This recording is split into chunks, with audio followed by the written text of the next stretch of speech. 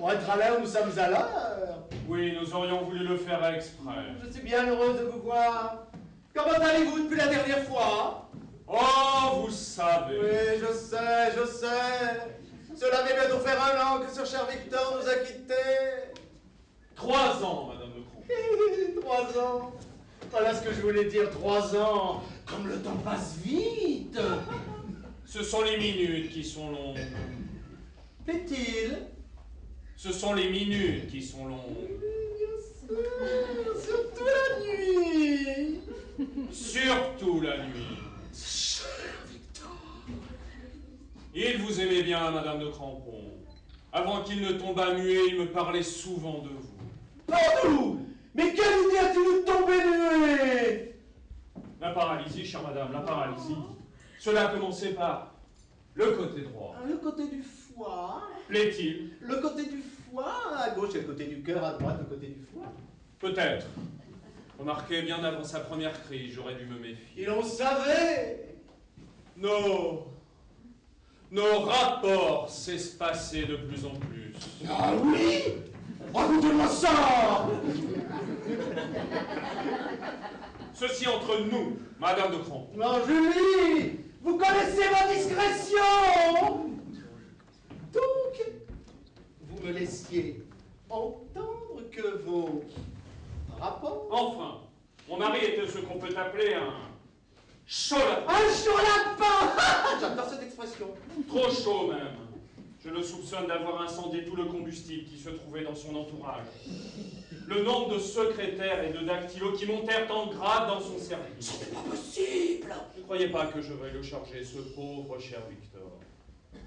Je lui procurerais volontiers toutes les femmes de l'univers, si cela pouvait le faire jaillir de son tombeau. Vous iriez jusque-là? Encore plus loin, Madame de Crampon, encore plus loin. La passion ne s'arrête pas à de petits détails. Le tort que j'avais de son vivant, c'était précisément de m'y arrêter. Quand je pense à la scène que j'ai faite à la crémière. Ah, parce que la crémière aussi! Tous ces fromages blancs en pleine figure! Victor! Je te demande pardon. Vous en prie, Julie! Excusez-moi. La douleur m'égare.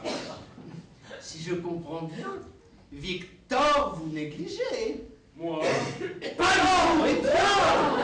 et comme je vous l'expliquais, avant sa paralysie, mon époux n'était déjà plus le même. Nous restions parfois 10 jours, 12 jours, 13 jours sans... D'abord, je m'étais accusé. Julie, tu es froide. Julie, tu n'atteins pas les sommets de ton Victor. Julie, tu manques de souffle. Il était très exigeant! Exigeant. Oui et non. Raffiné surtout, raffiné.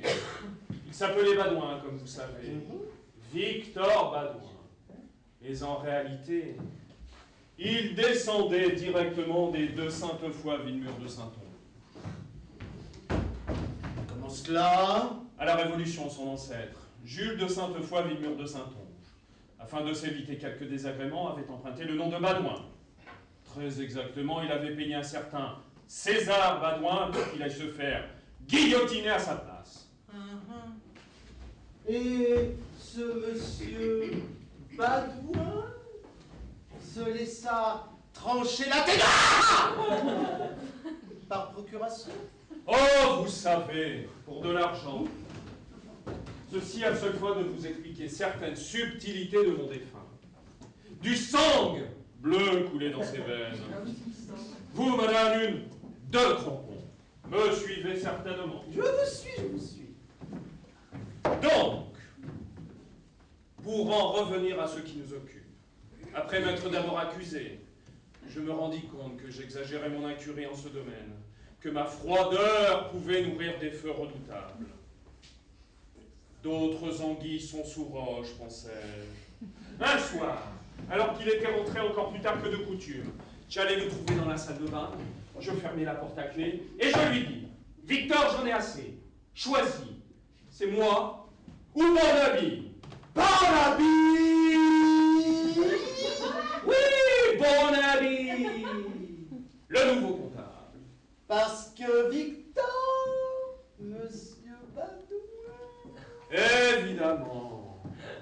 C'était un très beau garçon. Les yeux surtout. Jamais on n'aurait soupçonné que ces yeux-là mangeaient des chiffres du matin au soir.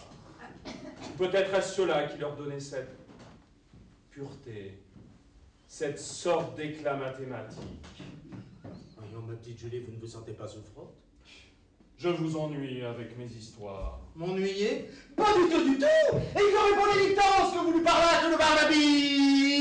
Rien. C'est à partir de ce moment qu'il tombe à mur. Déjà, l'horrible maladie rongeait sa moelle de chef de bureau. Et moi, je l'accusais, ce cher Estelle. Je l'accablais, je versais dans la mesquinerie, dans des petites questions de petits points de vue. Victor, je te demande pardon. Je vous en prie, Julie. Excusez-moi.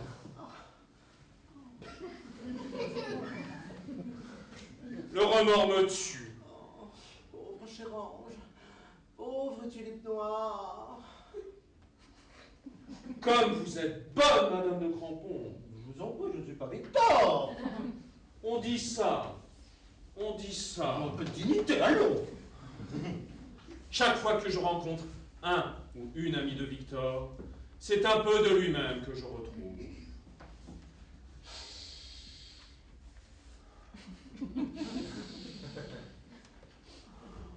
Il y a du Victor en vous, Madame de Crampon. Oh, écoutez, mon enfant, moi aussi j'ai été veuve. Enfin, je veux dire, j'ai connu bien des épreuves pour mon existence et je n'en suis pas morte.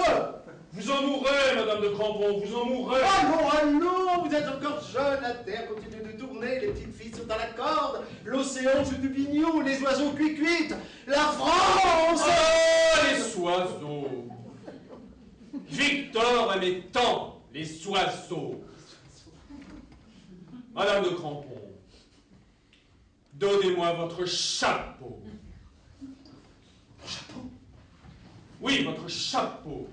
Votre chapeau qui est plus qu'un chapeau, qui est un ramage, Madame de Crampon, un ramage. Je vous en prie. N'y songez pas. Vous voudriez que je reparte tête nue? Je vous donnerai le mien si cela peut vous faire plaisir.